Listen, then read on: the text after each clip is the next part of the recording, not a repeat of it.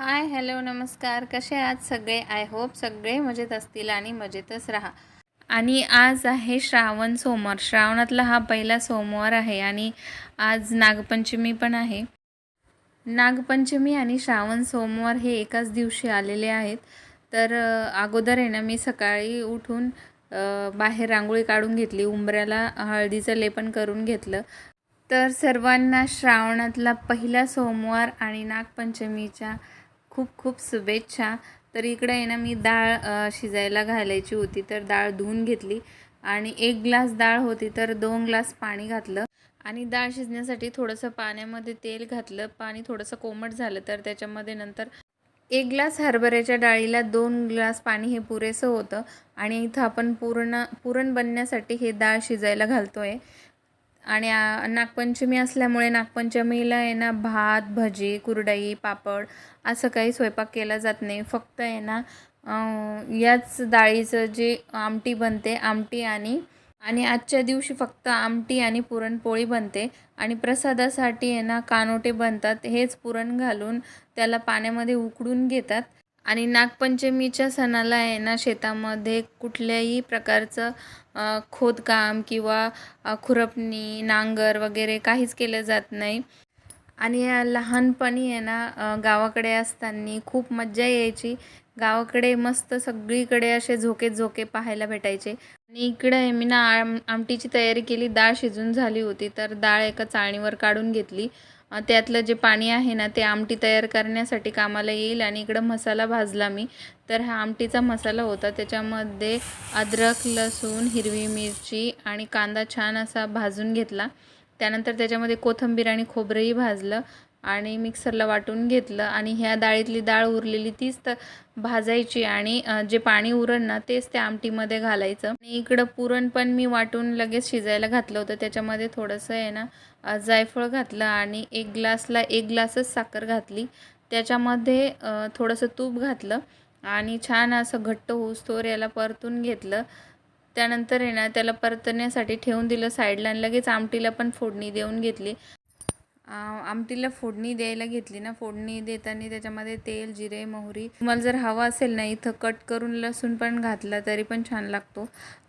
नंतर मी त्याच्यामध्ये कोथिंबीर घातली आणि याच्यामध्ये ना, पाणी टाकण्यासाठी गरम पाण्याचाच वापर करायचा, जेणेकरून आमटीची टेस्ट चांगली लागते. कोथिंबीर घालून त्याच्यामध्ये लाल तिखट, धनेपूड, हळद आणि थोडासा गरम मसाला घालून आहे ना, छान असं त्याला परतून घ्यायचं.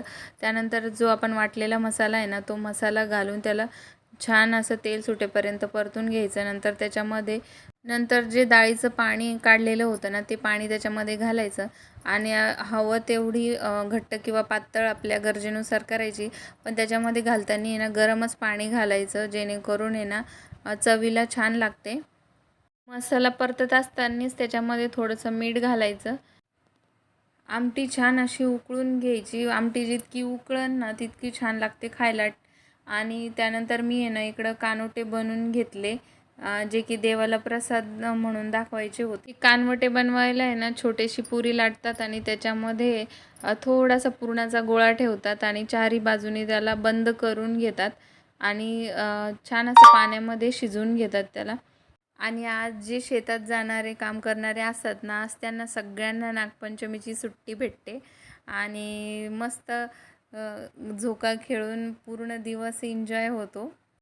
आणि ना, मी असे सगळे पाण्यामध्ये ते कानोटे उकडून घेतले आणि नंतर देवाला आहे ना, प्रसाद म्हणून दाखवले आणि छान अशी देवपूजा करून घेतली. त्यानंतर देवाची पूजा मांडून घेतली आणि आणि आहे ना, नागपंचमीची साधी सिंपल अशी पूजा केली जाते. आणि नागपंचमीला आहे ना, देवाला हे कानोटे, दूध, लाह्या, फुटाणे आणि ना, पंचमीला हा फोटो लावला जातो. नंतर भिंतीवरती आहे ना, असे 9 साप काढून त्याचे छोटे छोटे पिल्लं काढले जातात. पण मी आहे ना, ते कागदावरच केलं, कारण भिंतीवर काढलं ना, तर ते निघत नाही आणि पोळ्याच्या दिवशी आहे ना, ते पुसून काढावं लागतं. पोळ्यापर्यंत हे असंच ठेवावं लागतं. नंतर मग इकडे आहे ना, मी पुरणाची पोळ्या करून घेतल्या पूजा झाल्याच्या नंतर. आणि आज श्रावण असल्यामुळे आहे ना, श्रावणाची जी पूजा असते महादेवाची, ती पण करायची राहिली होती. पण मी अगोदर पोळ्या करून घेतल्या आणि आरामात नंतर मग छान अशी पूजा मांडून महादेवांची पण पूजा करून घेतली. तर मग चला, तर मग आजच्या व्हिडिओमध्ये एवढंच. आजचा व्हिडिओ तुम्हाला कसा वाटला हे नक्की सांगा. व्हिडिओ आवडत असल्यास व्हिडिओला लाईक करा, शेअर करा, सबस्क्राईब करा, कमेंट करा आणि भेटू आपण अशाच नवीन एका व्हिडिओमध्ये. तोपर्यंत स्वतःची काळजी घ्या. Bye bye.